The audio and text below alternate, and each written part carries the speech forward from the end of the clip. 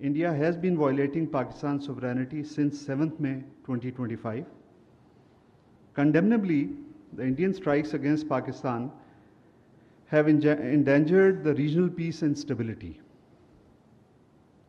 Pakistan unequivocally condemns these illegal acts. The Indian actions are a flagrant violation of the UN Charter, international law, and established norms governing the interstate relations. It is most unfortunate that India's reckless conduct has brought the two nuclear-armed states closer to a major conflict. India's jingoism and war hysteria should be a source of serious concern for the world.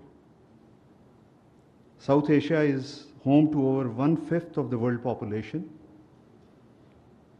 It can ill afford the irresponsible actions like the ones being carried out by India. In the wake of Pahalgam attack, the Indian leadership has once again used the bogey of terrorism to advance its sham narrative of victimhood, jeopardizing regional peace. We once again reject any attempt to link the Pahalgam attack with Pakistan. A number of countries had called for exercise of restraint during the last 2 weeks. The international organizations like the United Nations and Organization of Islamic Cooperation had also counseled the same.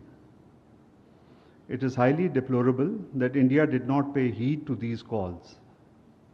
The international community should hold India accountable for its irresponsible, unlawful, and belligerent conduct. Yesterday, the Foreign Secretary of India made a number of accusations against Pakistan in a special press briefing. I wish to set the record straight in regard to the points raised by him. First, the assertion that Pakistan escalated the situation through the Pahalgam attack of 22nd April 2025 is totally absurd. Till date, India has not been able to produce any credible and verifiable evidence of Pakistan's involvement in the attack.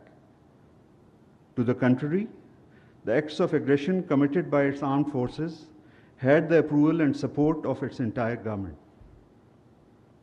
Thus, it is India that has escalated the situation by violating Pakistan's sovereignty and killing civilians. The Pakistani forces did not attack Pahalgam, but the Indian forces did attack multiple locations in Pakistan. Accordingly, Pakistan reserves the right to take all appropriate measures in its self-defense as enshrined in Article 51 of the UN Charter. Second, on 26 April 2025, the Prime Minister of Pakistan proposed a transparent and independent probe into Pahalgam attack through neutral investigators. However, India chose the path of belligerence and aggression. We are amazed to see the importance that the Indian government attaches to the anonymous and dubious social media post upon which it has built the case for the resistance front's involvement in the Pahalgam attack. Can any country in the world be allowed to attack another country on the basis of few social media posts? India is attempting to act as the judge, jury, and executioner. Third, the investigations in the Mumbai and Pathankot could not make progress due to India's non-cooperative attitude. For past several years, we have been asking the Indian side for physical appearance of the 27 key witnesses of the Mumbai attack case before the trial court in Islamabad. However, India remains reluctant to send them to Pakistan even today. As a result, the judicial proceedings remain stalled. Fourth, while India portrays itself as a victim of terror, it conveniently ignores its own role in planning, sponsoring, and abetting terrorism in Pakistan. It is no secret that India's network of targeted assassination and other subversive activities has gone global. Commander Kulbhushan Yadav, a serving officer of the Indian Navy, is a living proof of the Indian state's involvement in terror, subversion, and espionage in Pakistan. At this occasion, I should also remember the victims of Samjhauta Express tragedy, in which over 40 Pakistani citizens were killed by Hindu extremists. Most regrettably, the culprits behind this tragedy, who had links with India's ruling dispensation, were acquitted.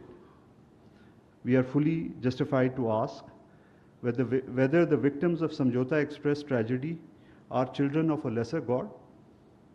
Fifth, the Indian claims of targeting the terrorist or terrorist infrastructure only are patently false. It is a matter of record that the Indian strikes resulted in martyrdom of civilians, including women and children. It also is a matter of public knowledge that some mosques were also destroyed or damaged during the Indian aggression.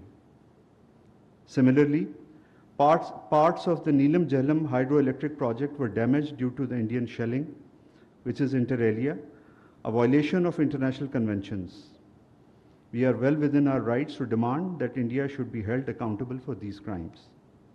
Sixth, the Indus Water Treaty has been a successful water sharing arrangement between the two neighboring states. The treaty withstood tests of wars and standoffs. However, the current Indian dispensation is bent upon weaponizing water. Holding in abeyance of Indus Water Treaty is unilateral and illegal. There are no such provisions in the treaty. The section shows India's blatant disregard for the sanctity of international treaties. It sets a dangerous precedent. The fundamental pillar of regional cooperation with profound implications for regional and global stability. Pakistan is an agrarian economy. Millions of people are dependent on the waters being regulated by the treaty. The Indian decision is equivalent to an attack on the people of Pakistan and its economy. For Pakistan, the Indian announcement is of no legal consequence. The treaty remains in force and fully binding on the parties. The Indian allegation of Pakistan's refusal to enter into government-to-government negotiations are also incorrect.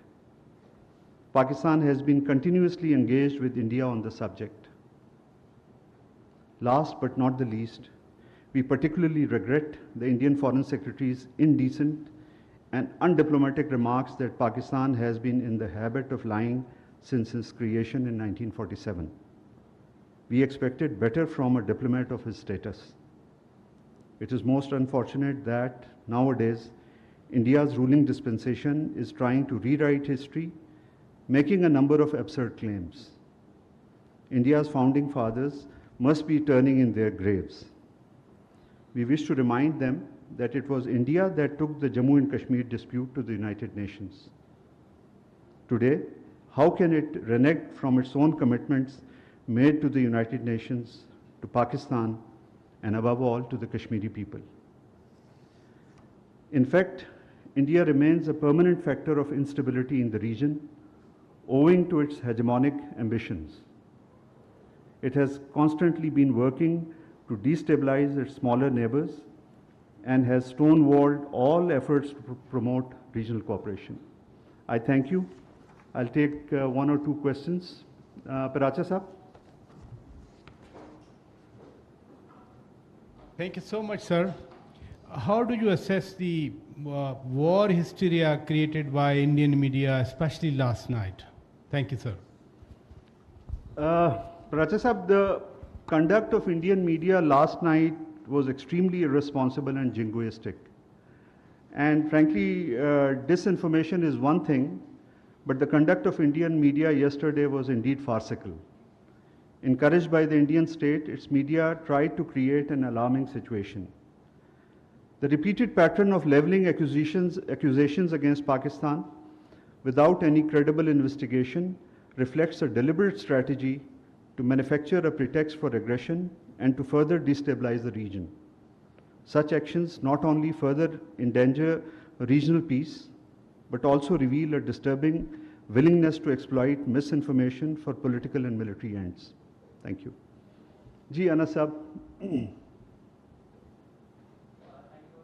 Since you mentioned about the Indus Water Treaties being still being enforced, India has said that it has written a letter with regards to the suspension of the treaty. How does Pakistan have to respond on that? Thank you. Thank you, Anasab. We have responded to the Indian letters by conveying that the treaty remains fully in force and is binding on the parties. There is no provision in the treaty to hold it in abeyance. And I may also repeat what I said in my opening remarks. The Indus Water Treaty has been a successful water sharing arrangement between the two neighboring countries. The treaty has withstood tests of wars and standoffs. However, the current Indian dispensation is bent upon weaponizing water. Holding in abeyance of Indus Water Treaty is unilateral and illegal. There are no such provisions in the treaty. This action shows India's blatant disregard for the sanctity of international treaties. It sets a dangerous precedent. It strikes a fundamental pillar of regional cooperation with profound implications for regional and global stability. Pakistan is an agrarian economy. Millions of people are dependent on the water being regulated by this treaty. The Indian decision is equivalent to an attack on the people of Pakistan and its economy. I thank you, sir.